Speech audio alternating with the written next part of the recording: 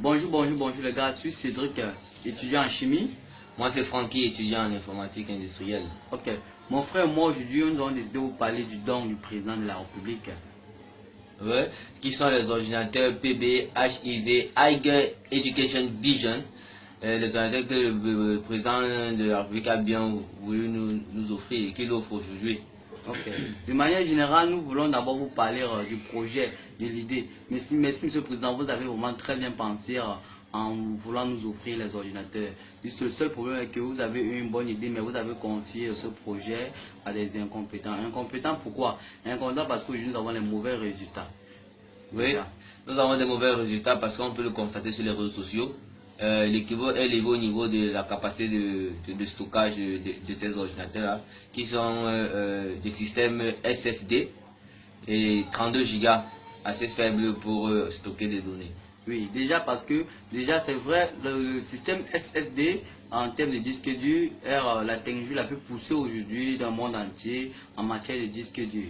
Déjà, mais ce problème, le système SSD ne résout pas le problème du Camerounais, de l'étudiant camerounais, les problèmes environnementaux des Camerounais. Ça ne résout pas. Parce que ça servait vraiment à rien, monsieur le Président, qu'ils aillent choisir une machine, commander une machine avec un système SSD de 32 Go et d'aller louer sur le cloud en ligne, un stockage d'un Tera chez Microsoft. Ça ne nous aide pas. Parce que déjà, il faut un peu lever l'équivaut sur ce que c'est que le stockage en ligne.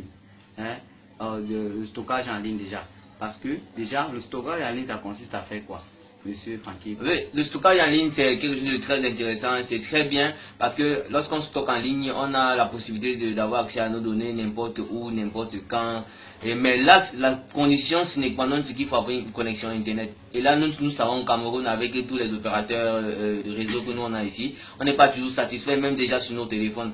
Mais déjà, s'il faut déjà avoir accès à nos données personnelles, nos données de travail, nos données d'étudiants sur Internet, des fois, c'est un problème de moyens. Et des fois c'est un problème de qualité de connexion.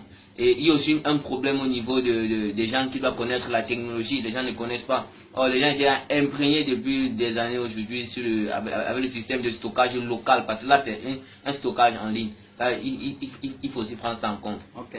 Il faut rappeler sur le stockage en ligne que à chaque fois qu'un étudiant ou un utilisateur d'ordinateur aimerait stocker les données en ligne, il lui faut une connexion Internet. Bon, déjà, il doit débourser des frais. À chaque fois qu'il voulait extraire, il a besoin d'une donnée, par exemple, il a besoin peut-être d'un cours qu'il a stocké, il va extraire. Il lui faut encore une connexion Internet. Bon, ça lui prend d'abord du temps et de l'argent en même temps.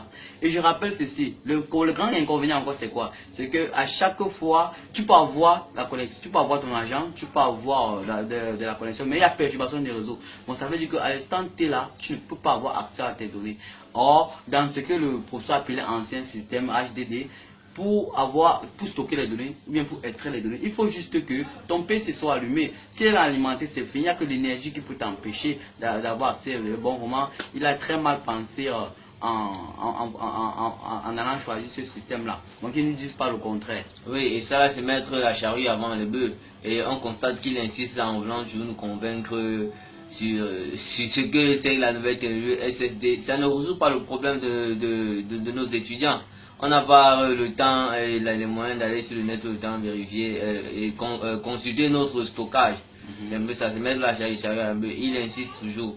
Et Albert Camus disait, la bêtise insiste toujours. Hein. Monsieur le professeur, arrêtez d'insister dans les réseaux sociaux, sinon vous prenez comme une bêtise. Et vous n'êtes pas une bêtise, on le sait. Et déjà, on va un peu parler de ce qu'il a dit. 32 Go dans cette nouvelle technologie égale à 500 Go dans l'ancienne technologie. C'est bien faux. Mon frère et moi, quand nous avons compris ça au départ, on a été d'accord. Hein. On était d'accord avec lui. Pourquoi? Parce qu'on parlait du coût. Oui, on parlait de la valeur. De la valeur du coût, du combien ça coûtait. Parce que, d'après les recherches, 32 Go en SSD avoisine les 20 000, 25 000 francs. Ouais. Et en HDD, 500 Go avoisine presque les mêmes prix.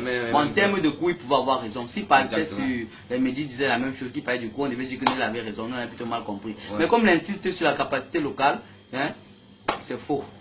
C'est très faux. Oui, c'est très faux. Nous avons poussé nos recherches plus loin. On a fait des recherches pour voir exactement combien on pouvait coûter ce style de machine.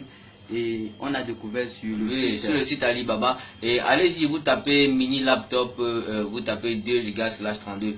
2/32. Bon, vous allez voir, on va vous proposer directement les nouvelles machines comme les notebooks qu'on vient de donner avec le système SSD. Vous allez voir, il y a les sites de vente en ligne, ils vendent ça généralement en groupe.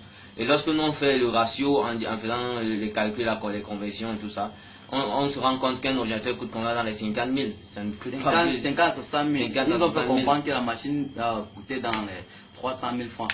Bon, déjà, ils nous prennent vraiment pour des traits de cons et autres. Ils nous prennent des cons. Mais déjà, vraiment, l'idéal pour nous, je pense que s'ils avaient compté, s'ils avaient amené certains jeunes informaticiens, les jeunes nouvellement sortis de l'école des informaticiens, ou bien peu importe, bon, certains jeunes. S'ils avaient étudié le problème en fait, s'ils avaient étudié la situation camerounaise avant de choisir. Ils allaient voir que l'idéal pour nous devait être d'avoir une machine qui comporte deux systèmes de disques. C'est possible. Un SDD, même de 32 Go, pour gérer le système d'exploitation et les logiciels de base. Et un HDD pour gérer le stockage local, monté en esclave. Bon, sachez qu'avec les SSD, il y a vraiment un avantage, il ne faut pas qu'on se trompe là-dessus. Le SSD est avantageux. Avec un système installé un SSD, la machine se démarre en 8 secondes. Or, avec nos HDD, vous allez voir, ça fait souvent, bon, pour les machines qui sont encore neuves et performantes, ça a 18 secondes minimum. Mais là, on a souvent les 2 minutes parce que le disque dur est fatigué. C'est mécanique comme il a dit, c'est vraiment mécanique et ça se fatigue. Bon, sachez qu'avec les SSD c'est vraiment avantageux. Mais l'idéal serait vraiment un disque dur monté en maître, en master pour le système d'exploitation et un autre en esclave pour le stockage local. Là, ça devrait être l'idéal. Nous dirigeants vraiment, nous ne sommes pas des cons, nous sommes poussés. Hein? Nous sommes là au monde. On a vu l'autre jour, un autre professeur dans une conférence de presse disait qu'avec cette machine, nous sommes connectés au monde entier. Même avec nos machines, même avec nos simples machines, quand tu as la connexion Internet, tu es connecté au monde. Qui disent aux étudiants de ne pas installer le lycée, dans qui tous les lycées sont installés.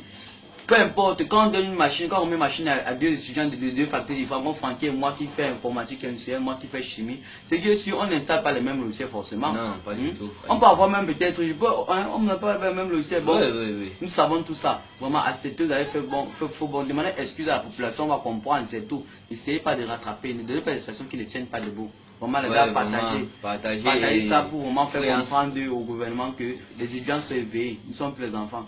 Nous sommes vraiment éveillés. Nous sommes éveillés, la connexion Internet est là. Et ça va très vite. Au revoir les gars. Merci. À la prochaine. Bonne année.